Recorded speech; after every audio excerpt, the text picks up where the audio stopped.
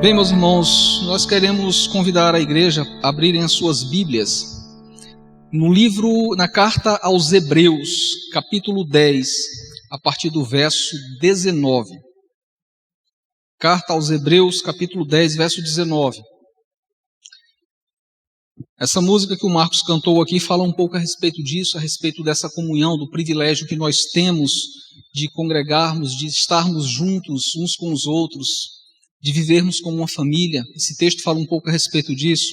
O irmão William também falou um pouco a respeito disso na sua introdução, dessa questão de nós ansiarmos por estarmos na casa de Deus, por ansiarmos de estarmos juntos com os nossos irmãos, louvando e adorando a Deus.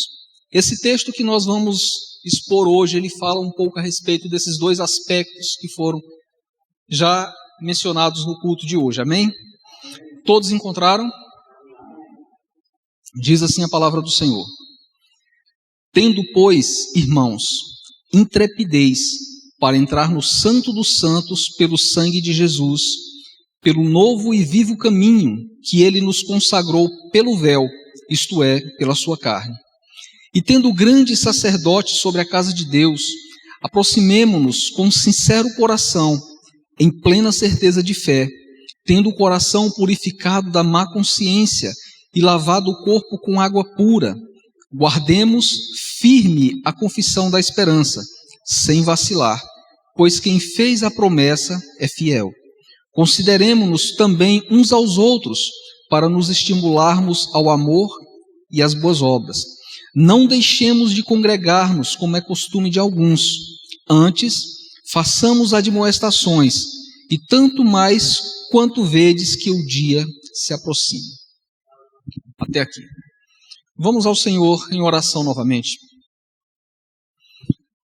Senhor Deus, em nome de Jesus, Pai, que o Teu Espírito Santo possa continuar nos conduzindo em adoração a Ti, Senhor, e possa estar usando a ministração da Sua palavra para ministrar aos nossos corações, que o Teu Espírito Santo possa abrir as nossas mentes, nos dar o entendimento da Tua palavra, nos dar a compreensão, a iluminação da Tua palavra, Pai, porque sem Ti nada podemos fazer, Senhor. Em nome de Jesus nós Te clamamos para que Tu venhas continuar neste propósito, nos conduzindo em adoração a Ti, e que acima de tudo, Senhor, também o Senhor possa nos falar através da pregação da Sua palavra. Apesar das minhas imperfeições, apesar das minhas limitações, o Senhor usa vasos humanos imperfeitos para que toda honra e toda glória seja dada somente a Ti, Pai. É isso que nós te pedimos e desde já te agradecemos, em nome de Jesus. Amém. Todos podem sentar. Bem, meus irmãos, hoje nós queremos falar a respeito, como eu já mencionei no início, do privilégio que é cultuarmos a Deus como congregação. Do privilégio que é congregarmos, a cultuarmos a Deus como igreja. Essa epístola, ela foi escrita no contexto da dispensação judaica. Não foi escrita para uma igreja específica, mas provavelmente para uma comunidade de igrejas de predominância de judeus. Por isso que ele faz tantas citações e tantas referências ao Velho Testamento. Então essa carta ela pode basicamente ser dividida em duas partes. Até o capítulo 10, verso 18, ela tem uma forte ênfase doutrinária falando a respeito da superioridade de Cristo. E a partir do versículo que nós lemos, é a segunda parte da epístola, onde ele vai partir para a aplicabilidade daquilo que ele já havia ensinado nos capítulos anteriores. Quando nós lemos esse texto, quando nós vamos estudar o contexto a qual foi escrito este livro, nós vamos ver que havia uma ameaça por parte dos judeus de excomunhão nas sinagogas, de expulsão das sinagogas, onde aqueles que abraçavam a fé em Cristo eram considerados como gentios. Eles perdiam as suas famílias, eles perdiam o direito de herança, eles perdiam os seus bens, eles perdiam os seus empregos. Então muitos estavam abandonando a fé em Cristo por causa da perseguição estatal do Império Romano, por causa da perseguição dos judeus e por causa desse rompimento de laços familiares e de convívio. Por isso que muitos estavam apostatando, muitos estavam voltando aos rudimentos do judaísmo. E é por isso que o autor aos Hebreus ele vai trazer tanta dessa ênfase doutrinária a respeito da superioridade de Cristo. Ele vai mostrar Cristo como superior aos anjos, Cristo como superior a Moisés, Cristo como superior a Arão, Cristo como superior ao sacerdócio levítico, Cristo como superior aos sacrifícios do templo, e nós vamos ver isso por toda a epístola aos Hebreus. Porque eles queriam evitar que aquelas pessoas voltassem aos rudimentos da fé, voltassem ao judaísmo antes do cristianismo. E se não bastasse tudo isso, meus irmãos, ainda haviam aqueles que haviam abandonado a fé por causa do fascínio desse mundo. A consequência de tudo isso, o fascínio do mundo, a perseguição dos judeus, a perseguição estatal, é de que isso trouxe desânimo para a igreja. Isso trouxe apatia, isso trouxe um esfriamento, ao ponto deles se tornarem relapsos, ao ponto deles se tornarem negligentes com o culto solene ao Senhor. E observando alguns pastores que eu acompanho nas redes sociais, eles têm falado também deste mesmo problema nos nossos dias, do problema da igreja pós-pandemia. Estamos passando por esse mesmo problema de apatia, por esse problema de esfriamento, por esse problema de desânimo, por esse problema de abandono aos cultos ao Senhor. Então essa carta aos Hebreus ela tem essa importância para estimular, para encorajar a igreja a continuar na sua caminhada cristã, a continuar na caminhada do testemunho por Cristo, independente das circunstâncias. Isso é importante porque também nós estamos vivendo tempos inconstantes, tempos de incertezas, como o próprio irmão William me falou aqui no começo do culto. Isso, de uma certa forma, nos impacta de uma forma direta ou indireta. E nós tendemos a nos sentirmos desanimados, nós tendemos a nos sentirmos desestimulados, nós tendemos a nos sentirmos desencorajados, ao ponto de faltar ânimo, ao ponto de faltar desejo de participarmos do culto a Deus. A igreja da época que o autor aos Hebreus escreveu estava passando por isso, e a igreja dos nossos dias, em decorrência da pandemia, das consequências dessa pandemia, está passando por problema semelhante. E essa exortação de não deixar de congregar, de não deixar os cultos públicos, ela é de suma importância, porque na igreja nós somos edificados, na igreja nós somos consolados, na igreja nós somos auxiliados em nossas tribulações, na igreja nós admoestamos e somos admoestados também, quando nós estamos em erro ou quando nós estamos fracos na fé. É onde nós nos estimulamos uns aos outros, é onde nós edificamos uns aos outros a manter viva essa esperança. É na igreja, quando nós nos sentimos fracos, que o Senhor usa os demais membros da igreja para nos fortalecer. Por isso a importância de não deixarmos de congregar. E é interessante que ele fala isso no contexto de fortalecimento, de edificação mútua, num contexto de um culto solene. Então a primeira verdade, o primeiro princípio que esse texto ele vai nos demonstrar de uma forma clara, de uma forma evidente, é de que nós possuímos acesso direto a Deus. Meus irmãos, nós possuímos acesso direto a Deus. Ele fala isso no verso 19. Tendo, pois, irmãos, intrepidez para entrar no Santo dos Santos pelo sangue de Jesus. Para nós entendermos o porquê que ele fala, tendes intrepidez para entrar no Santo dos Santos, nós precisamos entender que ele está falando para uma comunidade de judeus, num contexto do templo, de culto no templo dos judeus.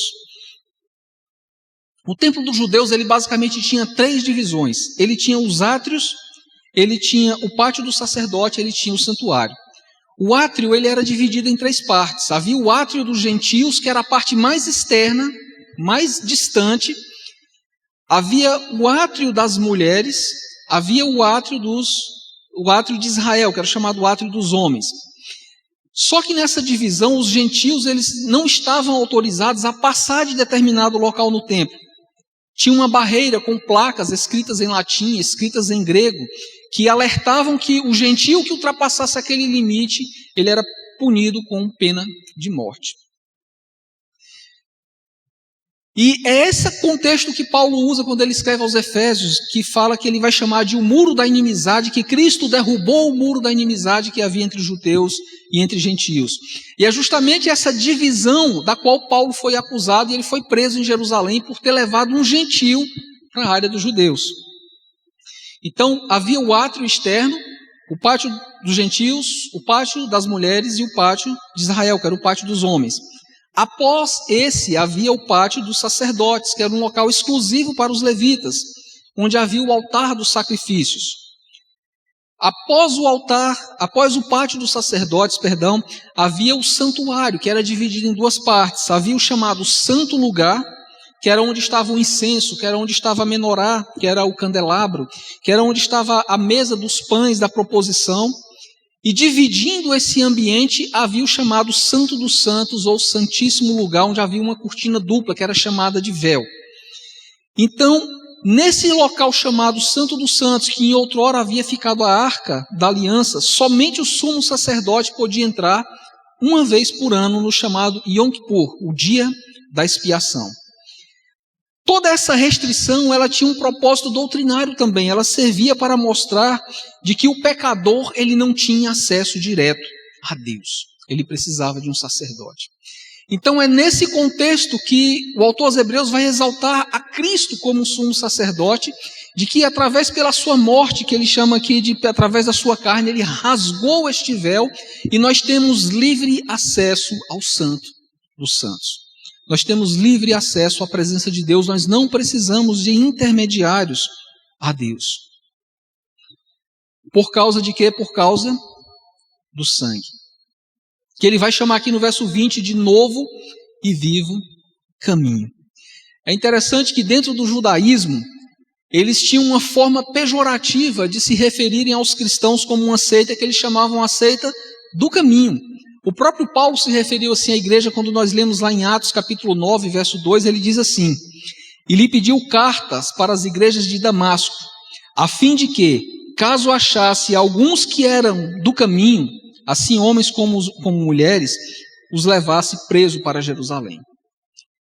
Era uma forma pejorativa que os judeus se referiam, do judaísmo se referiam aos cristãos.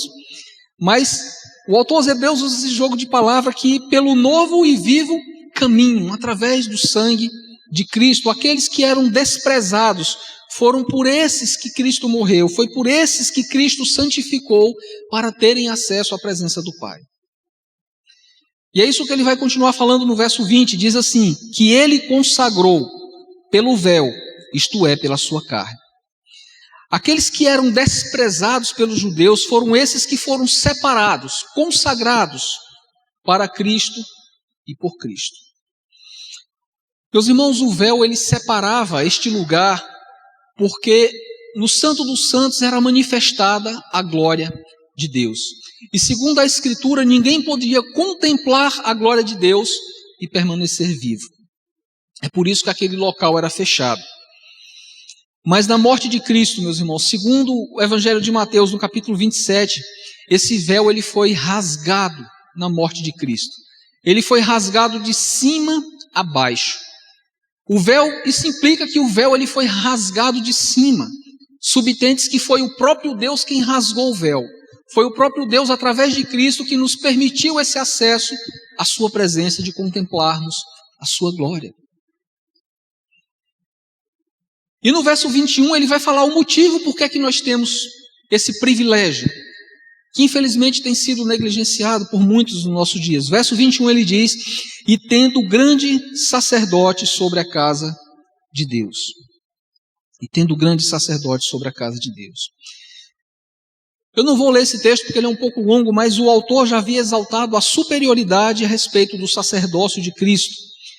O sacerdote ele tinha a função de representar o povo diante de Deus. Ele fazia os sacrifícios em favor do povo e em seu próprio favor. E é aqui que o autor aos Hebreus vai dizer que a superioridade do sacrifício de Cristo, porque ele não ofereceu sacrifício por si mesmo, mas pelos demais.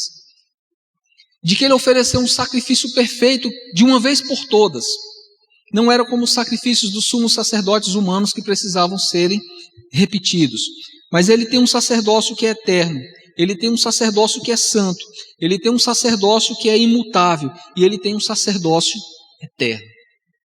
E é por causa desse grande sacerdote que de uma vez por todas ofereceu um sacrifício perfeito que foi aceito pelo Pai, que nós temos acesso ao Santo dos Santos, que nós temos acesso à presença de Deus.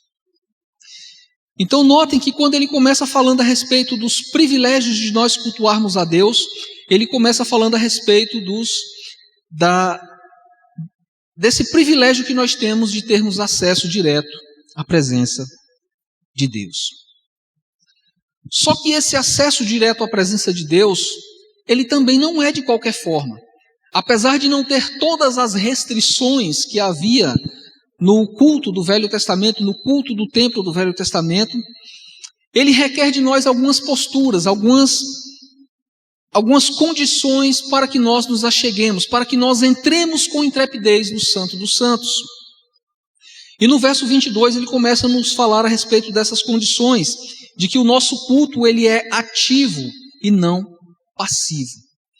O culto no Velho Testamento, a pessoa ia lá, levava um animal, o sacerdote impunha a mão sobre o animal, uma espécie de transferência de pecado daquela pessoa sobre o animal. Ele estava declarando que ele era pecador, de que ele era passível de morte por causa daquele pecado, mas que por causa da misericórdia de Deus, um outro iria morrer no seu lugar. Então ele imolava o animal, aspergia o sangue sobre aquela pessoa e depois ele queimava o animal no altar do holocausto. O culto era basicamente passivo. Mas o culto cristão, ele tem esse diferencial, ele é um culto ativo. Ele fala para nós nos aproximemos-nos. O culto antigo falava para as pessoas se afastarem por causa da manifestação da glória de Deus. Mas nós somos convidados a nos aproximarmos de Deus. E essa primeira exortação, ela traz uma conotação de uma devoção pessoal. Por causa do privilégio que nós temos concedidos por Cristo à sua igreja, nós somos exortados a nos aproximarmos de Deus, meus irmãos. E às vezes as pessoas não entendem um pouco isso. Elas acham que elas vão para a igreja para assistir ao culto. Não. O culto é assistido por um único espectador, que é Cristo. Nós vamos à igreja para prestarmos culto a Deus. Nos aproximemos dele. A segunda condição, ele diz no verso 22, que é sem motivos interesseiros. Ele diz aqui, com sincero coração. Literalmente um coração sem fingimento, um coração verdadeiro. O sentido aqui, meus irmãos, é de nós nos aproximarmos de Deus para adorarmos a Deus por aquilo que Ele é, e não por causa das bênçãos que Ele pode nos dar, e não por causa dos problemas que nós colocamos diante dEle para que Ele nos ajude, para que Ele interceda por nós. E muitas das vezes isso tem sido o problema de muitas pessoas em deixar de congregar. Uma é quando Deus atende a sua oração e ele alcança aquilo que ele queria, ele literalmente some da igreja. A outra é quando ele não tem aquilo atendido, ele fala, não, Deus não se importa comigo, então ele também desaparece dos cultos na igreja. Mas o nosso motivo, a condição para nós nos aproximarmos com essa intrepidez é um coração sincero. Adorarmos a Deus por aquilo que Ele é, porque Ele é digno de toda honra, de toda glória, de todo louvor. A terceira condição, ele fala ainda no versículo 22, diz respeito às convicções doutrinárias. Ele diz aqui, em plena certeza de fé. Nós não podemos esquecer o contexto a qual essa epístola foi escrita. Num contexto de perseguição estatal, por causa de Roma, um contexto de perseguição por causa dos seus patrícios, os judeus, que eles eram pressionados a negarem a Cristo, eles eram pressionados a abandonarem a fé, eles eram ameaçados de serem expulsos das sinagogas, eles eram ameaçados até mesmo de morte, meus irmãos. Mas eles tinham tanta convicção a respeito das suas crenças em Cristo, eles tinham tanta convicção a respeito daquilo que havia sido escrito e falado de Cristo nas Escrituras, que eles preferiam perder todas as coisas, até mesmo a própria vida, a não negar a Cristo. É com essa certeza, é com essa convicção de fé que nós devemos enfrentar os nossos problemas do dia a dia. O reverendo Augusto Nicodemos, ele tem uma frase interessante que fala a respeito dessa plena certeza de fé. Ele diz que o grande desafio da espiritualidade é você continuar crente, sem sentir, sem ver, sem experimentar e ainda tudo dando errado. E ainda assim nós temos aquela plena convicção de fé, a plena certeza de fé. Para que nós venhamos a agir dessa forma, nós temos que estar bem alicerçados na Escritura, bem alicerçado no Cristo que é revelado nessas Escrituras. A quarta condição, que está no verso 22, ele fala a respeito do arrependimento dos nossos pecados, mais explicitamente dos pecados internos, daqueles que cometemos no nosso consciente, no nosso coração. Ele diz aqui, tendo o coração purificado da má consciência. Uma outra tradução possível seria, tende os corações aspergidos. E aqui novamente nós voltamos para uma linguagem de ritual do templo, porque era um ritual de purificação cerimonial. Os sacerdotes, para participarem do ritual, eles tinham que ser purificados. Isso está lá em Êxodo, está lá em Levíticos. Sem que eles fizessem a devida lavagem, ele era impedido de ministrar o seu ofício. Ele era impedido de ministrar, de adentrar na presença de Deus. Então, o autor aos Hebreus, ele traz isso aqui que fazia parte do cotidiano dos israelitas que abraçaram a fé em Cristo, para falar que isso era muito mais do que um ato ritual, do que um ato cerimonial, mas era uma condição moral. De que aqueles que se aproximam de Deus, eles devem ter o seu coração purificados da má consciência. Por que o autor aos Hebreus toca nesse assunto, meus irmãos? Ele está tratando do assunto daqueles que deixavam de congregar. E uma das possibilidades que nós vemos implícita no texto é de que alguns estavam deixando de congregar porque não estavam tendo a sua consciência purificada, purificada a sua má consciência. E o que é que eles faziam com consciência não purificada? Eles estavam se abstendo de participar dos cultos públicos. Abstendo-se de participar dos cultos solenes. Nós vemos isso na prática. Você pode observar uma pessoa que está vivendo em pecado, uma das coisas que ela evita é de ir para a igreja. Provavelmente até mesmo nós já nos vimos em situação semelhante de estarmos em uma situação de pecado e de evitarmos irmos na igreja por causa que a nossa consciência nos acusa. Então ele fala que há perdão em Cristo, porque nossa consciência ela foi purificada. Nós precisamos purificar de toda a má consciência. A quinta condição, ainda no verso 22, ele continua falando a respeito do arrependimento de pecados, mas agora também dos pecados externos. Ele diz aqui, e lavado o corpo com água pura. Novamente ele usa aquilo que era comum do ritual do culto do Velho Testamento, do culto do templo. Porque o sacerdote ele tinha que se lavar, ele tinha que se purificar para entrar na presença de Deus. E ele fazia isso através de várias lavagens, não era somente uma. O intuito é que ele estivesse preparado para ministrar um culto na presença de Deus. Sem a lavagem devida dos sacerdotes, eles eram impedidos até mesmo de ministrarem no culto. Por isso nós precisamos entender que o sentido aqui não era externo, mas era espiritual, em sincero arrependimento, tanto de atos quanto de pensamentos. Por isso que quando Paulo ele escreve aos Efésios, no capítulo 5, ele vai dizer que Cristo purificou a igreja por meio da lavagem de água pela palavra. Jesus, quando João fala de Jesus no capítulo 15, verso 3, ele diz, vós estáis limpos pela palavra que eu vos tenho falado. Então esse ritual de purificação dos pecados já não é mais com água, é pela ministração da palavra de Deus.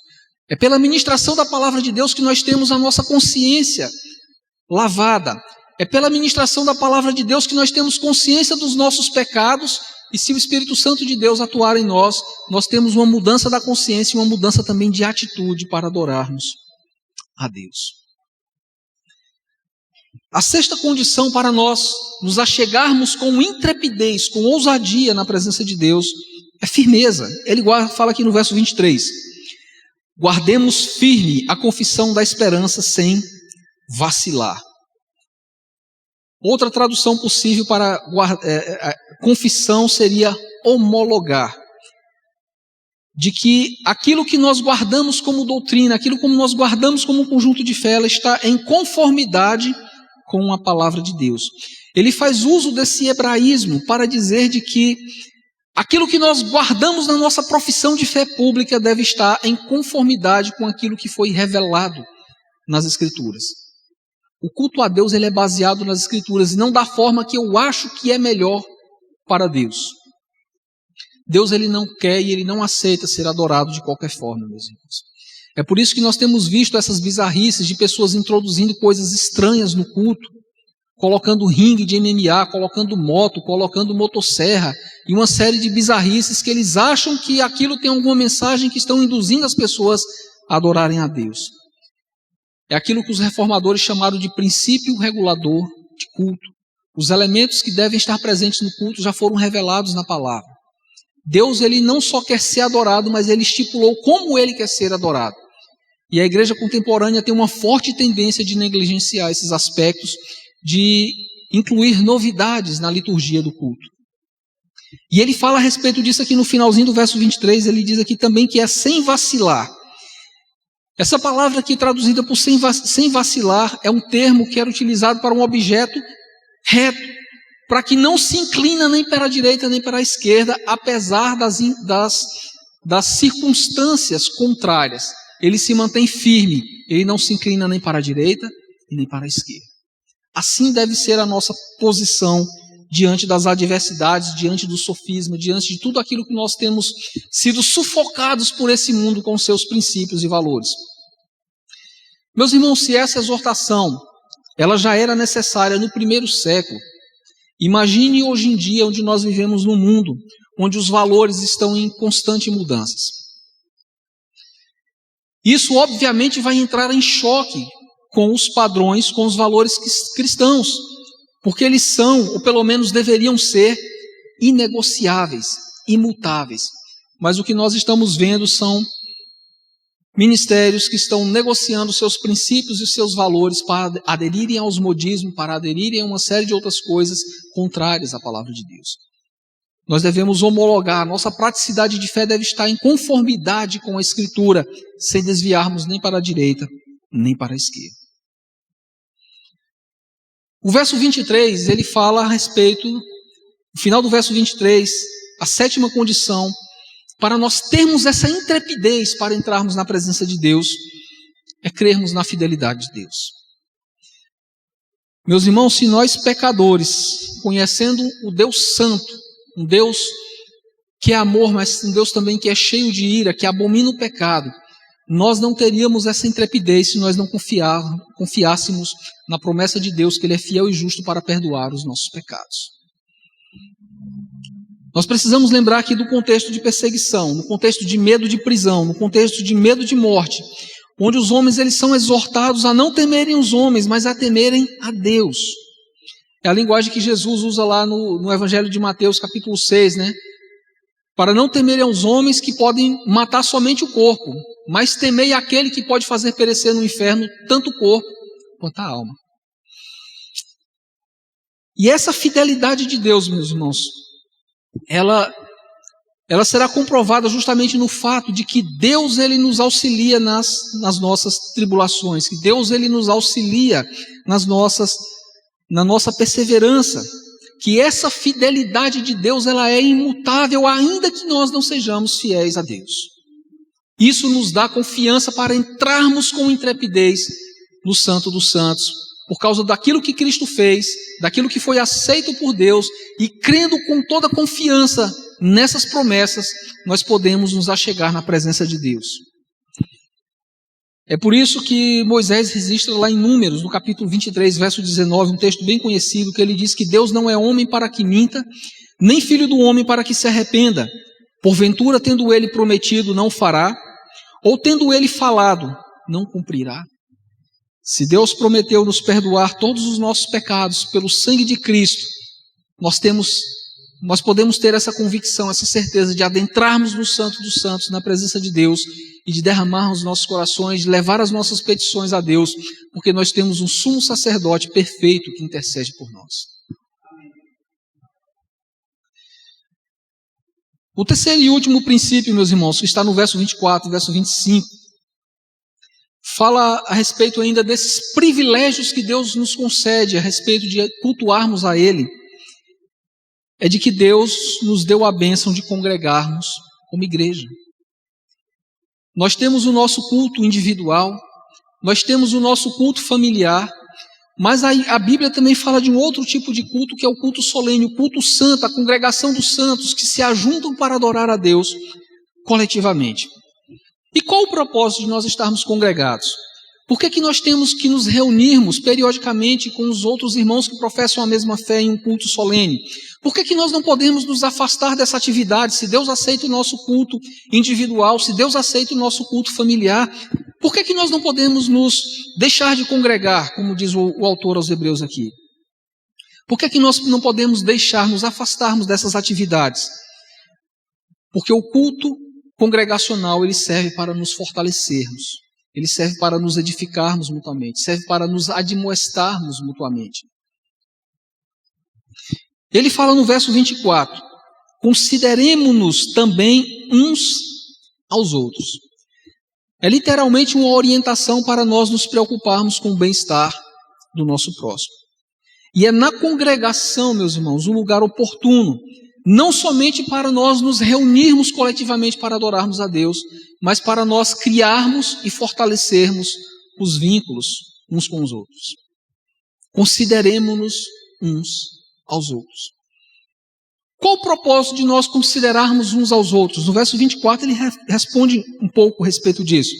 Ele diz aqui, para nos estimularmos ao amor e às boas obras.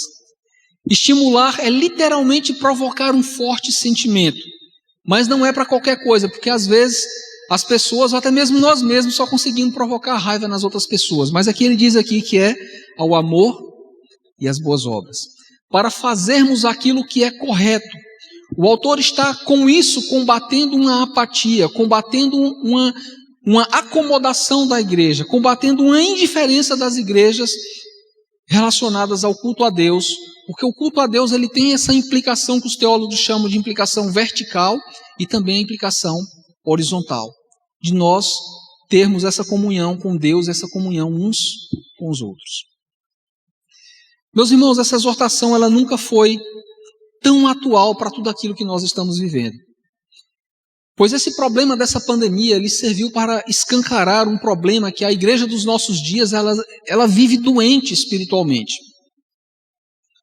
Porque são nessas reuniões públicas, são nessas reuniões solenes, que nós oramos uns pelos outros, que nós desenvolvemos empatia pelo nosso irmão. O que significa que as nossas oportunidades de estimularmos a esse amor, de nos estimularmos a essas boas obras, elas ficam severamente comprometidas, ou até mesmo limitadas, ou impedidas, quando nós nos abstemos de participarmos de um culto público, de um culto solene. E é por isso que no verso 25 ele chega a essa exortação. Ele diz aqui, não deixemos de congregarmos como é costume de alguns. Já na época que o autor aos Hebreus escreve essa epístola, já havia esse costume entre os cristãos daquela época de evitarem as reuniões públicas, de evitarem os cultos solenes. Por que eles estavam evitando? Temendo a perseguição estatal, temendo a perseguição dos seus patrícios, e alguns até mesmo porque haviam sido seduzidos pelos prazeres do mundo. Então eles, para não serem perseguidos pelo Estado, para não serem perseguidos pelos seus patrícios, para não serem abandonados pelos seus amigos promíscuos, pelos seus amigos mundanos, eles estavam se abstendo de participarem do culto solene.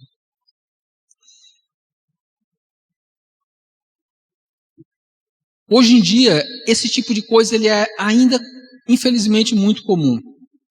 Só que hoje as pessoas têm tido motivos diferentes para deixar de congregar. Nós vivemos dias tão complicados, meus irmãos, que até mesmo as bênçãos que Deus nos concede têm servido de desculpa para não cultuarmos a Deus. Nós pedimos um emprego a Deus, daqui a pouco esse emprego é um empecilho para nós cultuarmos a Deus. Nós pedimos a Deus para abençoar nossos empreendimentos, daqui a pouco esses empreendimentos passam a ser um empecilho para nós cultuarmos a Deus. Às vezes as pessoas têm até a falta de noção de usarem os seus próprios filhos como motivos para não cultuar a Deus. Não, irmão, eu não vou para o culto não, porque é por causa do meu filho. Meus irmãos, se nós parássemos para analisar a gravidade que é tudo isso, já passaram para pensar, por um instante que seja, se Deus nos tira aquilo que está nos impedindo de adorarmos a Deus? A consequência disso, desse abandono do culto público, dessa quebra de comunhão, de não fortalecimento de vínculo, nós temos um evento, um fenômeno dos nossos dias que são os chamados dos crentes nominais ou dos crentes não praticantes. Eles abraçam a fé protestante, mas eles só aparecem na igreja quando nas festividades ou quando ele está precisando de uma oração por causa de alguma coisa. Ou quando lhe é conveniente, quando lhe dá na telha, quando lhe dá vontade. E você basta observar que na vida de muitas pessoas, antes da pandemia, durante a pandemia, após a pandemia, não mudou absolutamente nada. Porque são cristãos não praticantes. Isso sem falar também daqueles que estão presentes, mas é como se não estivessem. Porque, meus irmãos, é muito comum nos nossos dias essa indiferença, ou até mesmo a pessoa tem rejeição pelos outros, ou ela se sente rejeitada e ela acaba se excluindo dessa comunhão dos santos. Até mesmo nos cultos solenes. Ela está presente, mas é como ela se estivesse ausente, porque ela está num culto público, mas ela está oferecendo um culto individual. Porque ela trata o comparecer à igreja, ela trata o culto solene, ela trata essa comunhão dos santos para adorar a Deus como um compromisso que ele risca nos seus afazeres espirituais. Eles entram anonimamente na igreja, prestam atenção na palavra, oferecem o seu culto a Deus e vão embora antes do culto acabar para não ter contato com ninguém. Eles estão presentes, mas eles abandonaram o culto solene, eles abandonaram a congregação dos santos, eles abandonaram essa comunhão, eles estão se privando de criar esses vínculos, de criar essa empatia, de se fortalecer juntamente com a igreja de Cristo. E qual o remédio que o autor aos Hebreus dá para combater essa apatia desses cristãos que estavam deixando de congregar? Verso 25 ele diz: façamos admoestações. Meus irmãos, essa exortação do autor aos Hebreus, ela nunca foi algo tão complicado de se colocar em prática. Nós vivemos dias tão difíceis de uma geração que ela não se permite ser instruída, de uma geração que não se permite ser corrigida, de uma geração que não se permite ser tratada. E esse mundanismo está muito presente na igreja, de pessoas que não aceitam serem instruídas, serem corrigidas, serem tratadas até mesmo pelo pastor. Quanto mais por um irmão da igreja. Eu conheço pessoas que foram admoestadas pelo seu pastor e eles literalmente trocaram de igreja como quem troca de roupa. São cristãos intratáveis. Mas ele diz aqui: façamos admoestações. O grande problema para nós conseguirmos cumprir este mandamento, meus irmãos, é porque ele requer duas coisas dentro de uma comunidade. A primeira, maturidade espiritual para nos admoestarmos uns aos outros. E nós só conseguimos isso participando da congregação, participando da pregação da palavra, convivendo um com o outro para atingirmos essa maturidade. A segunda condição é nós termos intimidade uns com os outros. Ter maturidade e ter intimidade. Se nós não temos nenhuma destas duas coisas, dificilmente você vai ter coragem para admoestar um irmão por qualquer problema que seja. Dificilmente você vai aceitar ser admoestado por qualquer irmão que seja. Mas é justamente isso que está faltando, meus irmãos, porque muitos têm abandonado a convivência de congregação. Às vezes, mesmo estando presentes, eles estão ausentes, porque eles não se interagem com o restante da congregação. E muitas das vezes nós perdemos um pouco a consciência disso, de nós nos chamarmos de irmãos, como o cântico que foi cantado, uma família.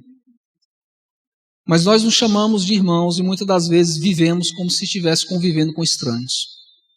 Infelizmente, essa é a realidade da igreja dos nossos dias. E esse texto ele vem para nos alertarmos a respeito disso. Para que nós não tenhamos um culto apático, um culto de aparências, mas que nós venhamos a viver como família de Deus. Nascidos de Deus, comprados pelo sangue de Cristo. E é por isso, meus irmãos, que os cristãos que vivem esse cristianismo de carreira solo, eles não têm a mínima condição de cumprir o mandamento do amor de Jesus, que vos ameis uns aos outros. Porque esse amor, ele requer renúncia. Esse amor, ele requer esse engajamento pessoal, essa empatia com o seu próximo. Porque se nós somos de Cristo, meus irmãos, nós amamos as coisas que Cristo ama. E o que foi que Cristo amou ao ponto de dar a sua própria vida? A sua igreja. É incompreensível para mim como é que um cristão que professa fé em Cristo, ele não tem amor pela sua igreja, ele não quer participar da comunidade local, ele não permite-se criar este vínculo de família com a sua comunidade. A igreja é meramente um local onde ele vem assistir o culto uma vez por mês. Por que nós devemos ter essa preocupação, meus irmãos? O verso 25, o final do verso 25, ele vai responder isso. E tanto mais quando vede que o dia se aproxima. O sentido é de urgência, meu irmão, porque o dia do Senhor está próximo. Como que aqueles que não têm prazer de estarem reunidos com o povo de Deus terão prazer de se reunir com Cristo e a sua igreja, se eles não têm prazer agora em estar com essa igreja? Cada um de nós deveria fazer uma autoavaliação do tipo de cristianismo que nós estamos vivendo. E para concluir, meus irmãos, eu quero trazer duas aplicações. A primeira aplicação, meus irmãos, de que o cultuar a Deus, ele é um privilégio, ele não é um fardo. Quando Deus ele nos chama para nós adorarmos a Ele, não é porque Deus ele está com uma necessidade, não é porque Deus precisa de alguém, porque Deus ele não precisa de nada e Deus ele não precisa de ninguém.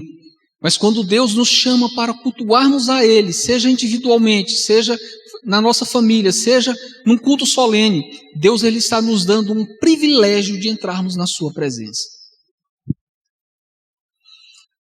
A segunda aplicação que esse texto nos traz, meus irmãos, é de que nós não existe cristão carreira solo, não existe cristão que vive sozinho, isolado de uma comunidade. É com tristeza que a gente tem visto o crescimento do movimento chamado dos desigrejados. Não é à toa que Paulo faz a analogia do corpo. Se nós víssemos um braço rastejando por aí, uma perna pulando por aí, nós acharíamos a coisa mais absurda do mundo, mais estranha do mundo.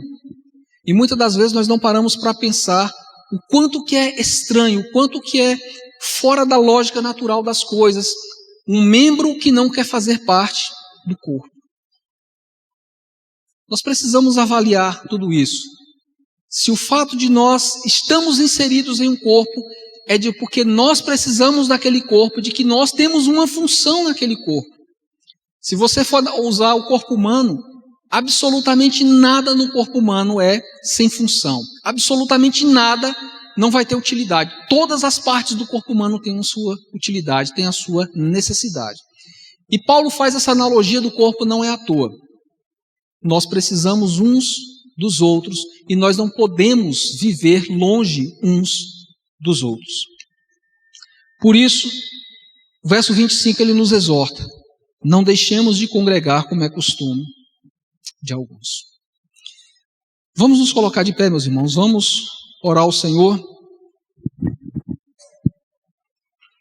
Essa é uma instrução muito valiosa e é também uma realidade muito difícil de nós conseguirmos vivermos. Por isso vamos clamar ao Espírito Santo do Senhor para que nos capacite e nos ajude a vivermos essas verdades. Senhor nosso Deus, graças te damos por este culto solene ao qual nós acabamos de participar, meu Deus, que o Senhor, apesar de cada um de nós ser falho e limitado, o Senhor tem falado aos nossos corações, tem ministrado aos nossos corações, Pai. Que esta palavra, meu Deus, conforme o próprio autor aos Hebreus diz, que ela é viva e eficaz, que o Senhor nos capacite, Deus, que o Senhor nos habilite a vivermos esta palavra, porque aquilo que foi ministrado hoje é muito difícil de nós colocarmos na prática. Nós precisamos do Seu Espírito Santo, Pai, que Ele intervenha em nosso favor, de que Ele nos capacite, de que Ele nos ajude a vivermos esse Evangelho na prática, meu Pai, não somente da boca para fora. Em nome do Senhor Jesus, nós sabemos que essa tarefa não é fácil, Pai, que essa tarefa ela é desgastante. Muitas das vezes nós entraremos em atrito com pessoas que nós amamos e nas quais nós queremos o bem. Que o Seu Espírito possa nos dar sabedoria, que o Seu Espírito possa nos dar discernimento e que o Teu corpo, meu Pai, a Tua igreja venha a ser edificada para a honra e glória do Teu nome. É isso que nós te pedimos, desde já te agradecemos em nome de Jesus. Amém.